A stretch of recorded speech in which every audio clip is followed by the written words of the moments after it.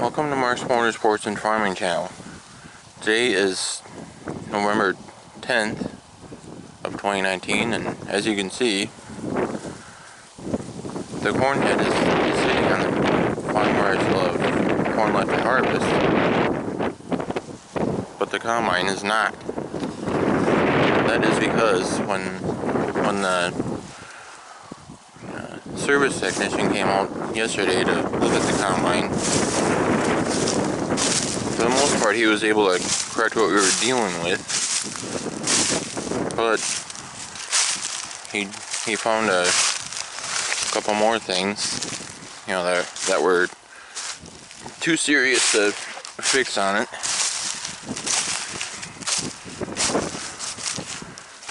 And which one of the things could have led to the buzzer going off, and the day that I did the last harvest video out here.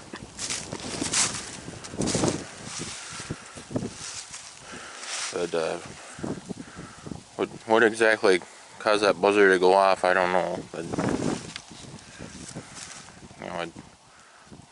whether it's what he found or if it was something that we were able to fix yesterday when he was here. But yeah, that was kind of a bizarre scenario, Yes, that buzzer was going off and it was very annoying to listen to, but at the same time, the combine was still functioning, like it was supposed to, taking it in from the head and threshing it and threshing the corn, putting that in the grain hopper, throwing the rest out the back end, just like a combine's supposed to do. But yet the buzzer still went off. But should not have to worry about buzzers anymore, once I get the combine back from the shop.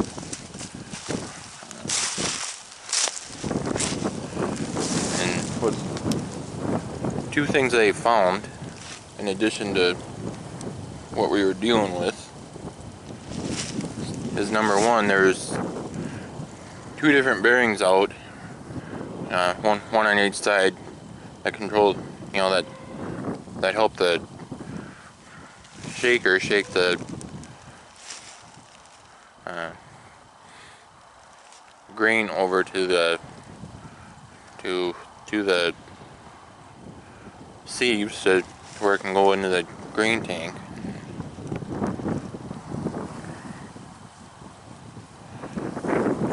Yeah, you can tell from my phone here.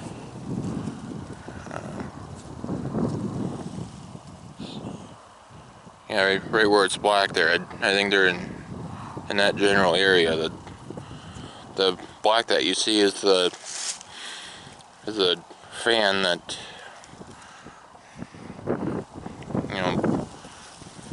blows the what you could say is garbage.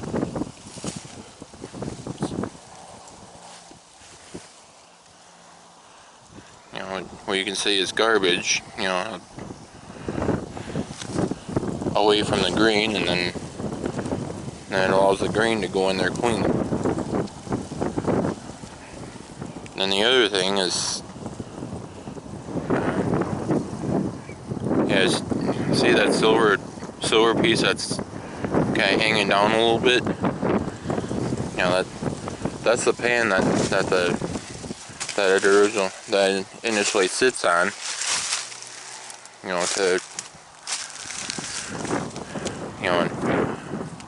after it gets threshed, and then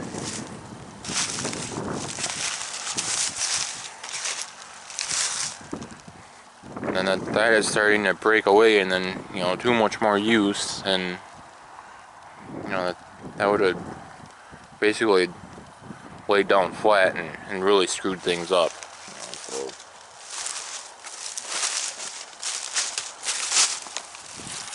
So with his advice, You know, and, I mean, those two things, I mean,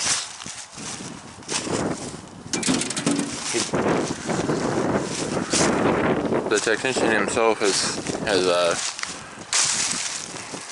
dealt with that already, and basically a couple days work,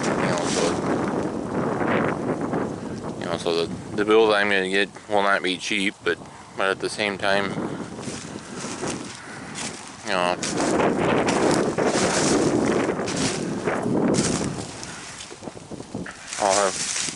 I'll have a combine afterwards that functions completely like it's supposed to. You know, that pan is supposed to. I'll try to show you. You know, it's supposed to kind of shake, kind of like that, and then it said it was, you know, a little more, lopsided, you could say, I guess. You know, one's trying to move it one way, and one side's trying to move that one way, and the other side's trying to move it the other. You know, it's the best way that he explained it. You know, whereas both sides are supposed to move that pan the same direction. You know, either back or forward. You know, they're supposed to. Both sides are supposed to either move it forward or move it back. You know, and not both try to, you know, move it a different direction.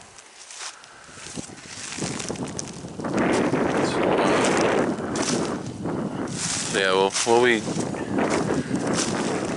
The combine will be down for probably a few days.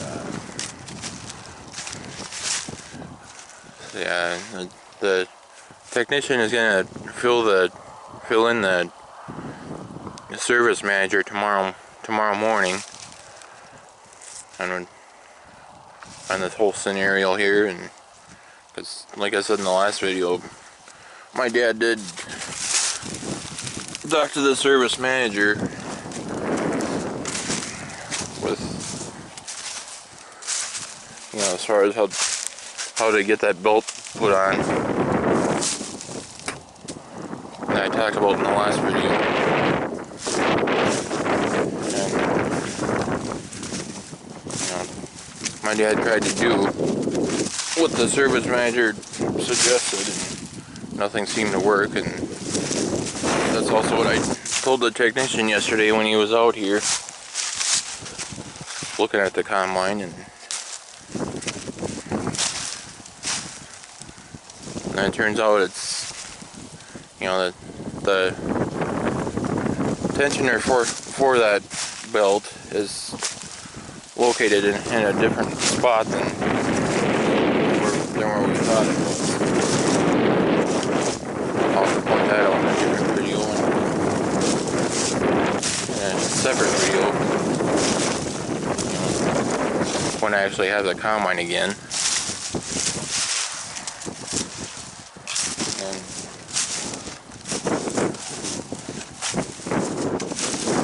And obviously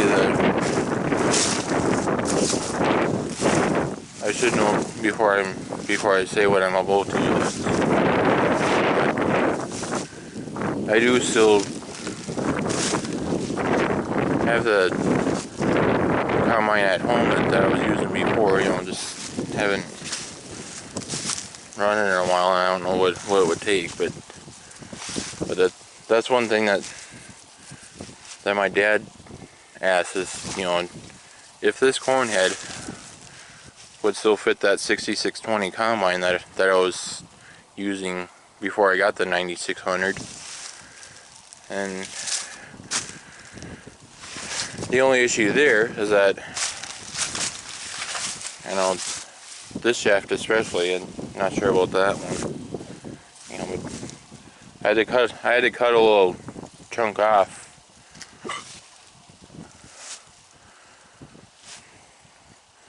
You know, in order to accommodate the the wide feeder house that the 9600 has, and I don't know if I'd be able to move this end over enough on both sides, you know, to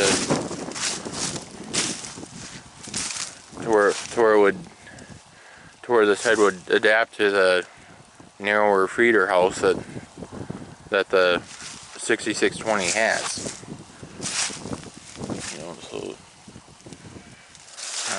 yeah, I don't think that there'd be enough adjustment left to, you know, to use this head on that combine. Otherwise, I mean,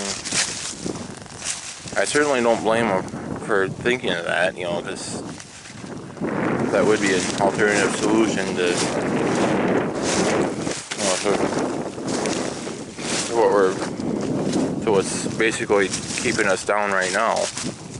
You know, and that if we'd be able to get that combine going, then that combine could certainly handle 6 rows, and that would be another way to get the rest of that corn off that's still left.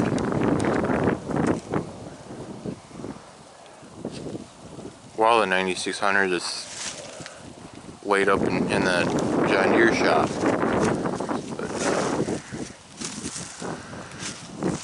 But yeah, basically this corn head is modified specifically for that combine, so basically the only option there is to, you know, leave this head sitting here and until the John Deere shop until the John Deere technicians are able to fix what needs to be fixed on that 9600.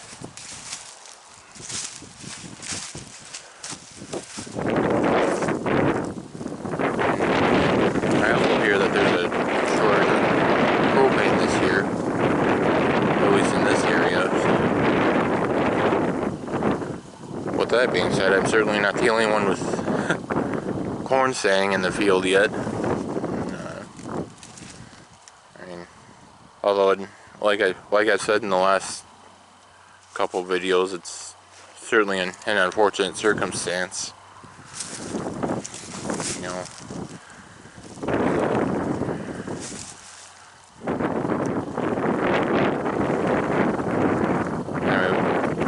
would I have rather done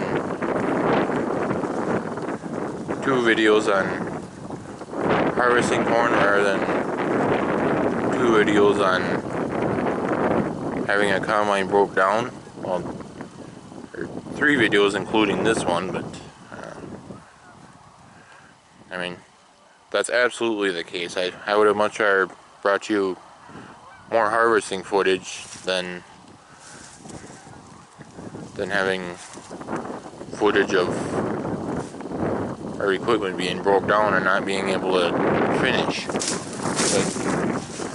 the reason I say 2 is because, you know, we probably wouldn't have, you know, needed more than 2 of those days,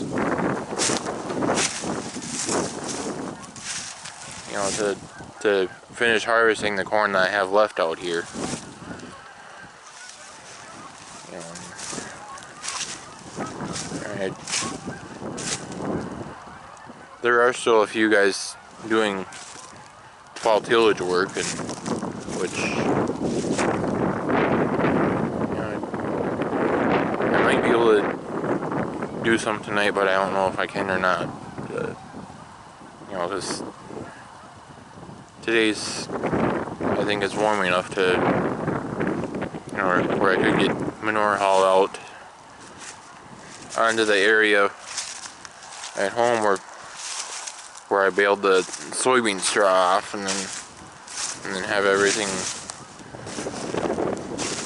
you know, ready to till up, you know. So otherwise, I probably would still be able to think more about doing that as of today, but but on a much better note than I am right now. But otherwise, you know, if I don't get any tillage done, then that's the way it goes. You know, there should still be a few days left for that yet.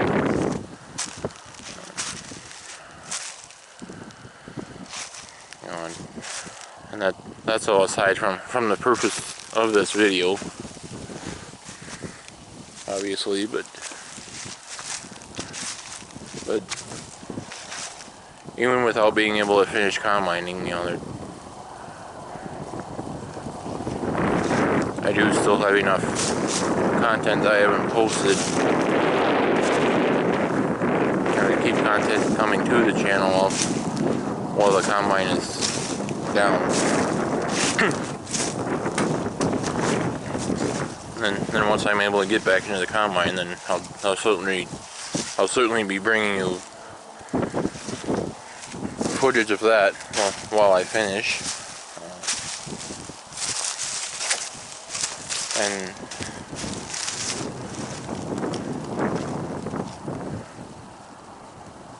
the last couple truckloads that we went to market with, one of them was still 29.8 like the first one was, and the second one came back at 26.3, so I may have finally gotten away from the wettest corn, you know, or gotten that off. To where hopefully the rest of the corn that I still have out in the field yet is a little bit drier. I mean, it's not like it's super dry, but you know, there's not quite as much of a shrink factor in what we have left than there was with the first couple of loads. But you know, like I say, the ideal thing would be to have the moisture be 15% or less, and then you know, then it wouldn't be too wet, and then you know, there wouldn't be any shrink factor at all at that moisture then. But yeah, it's certainly been a while since I've, you know, had corn that dry. I mean, I'd certainly like to have that happen again, but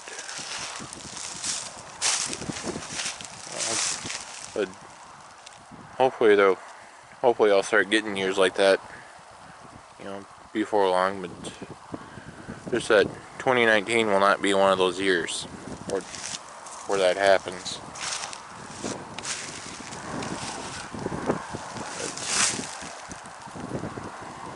But with that, I thank you guys for watching this video. I hope you enjoyed it. Even though it is unfortunate.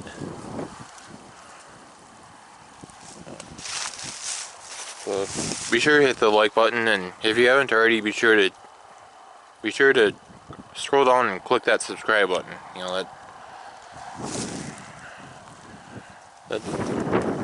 that's what this channel needs more than anything, is, you know, keep getting more and more subscriptions to it. So yeah, if you haven't already, be sure to hit the subscribe button, and once you subscribe, then scroll over to the right and click on that bell. Then that way you'll get notified whenever a new video is posted, so that you don't miss any content.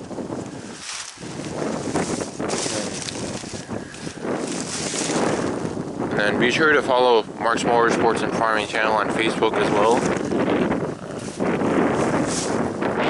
I do post pictures with whatever I can. And pictures I've been posting so far in the nearly 2 months that I've had the page do correspond directly with with videos that I've made as well.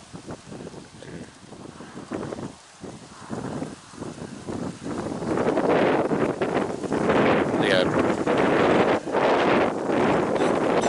So far, if it's been on Facebook, then it's also on YouTube.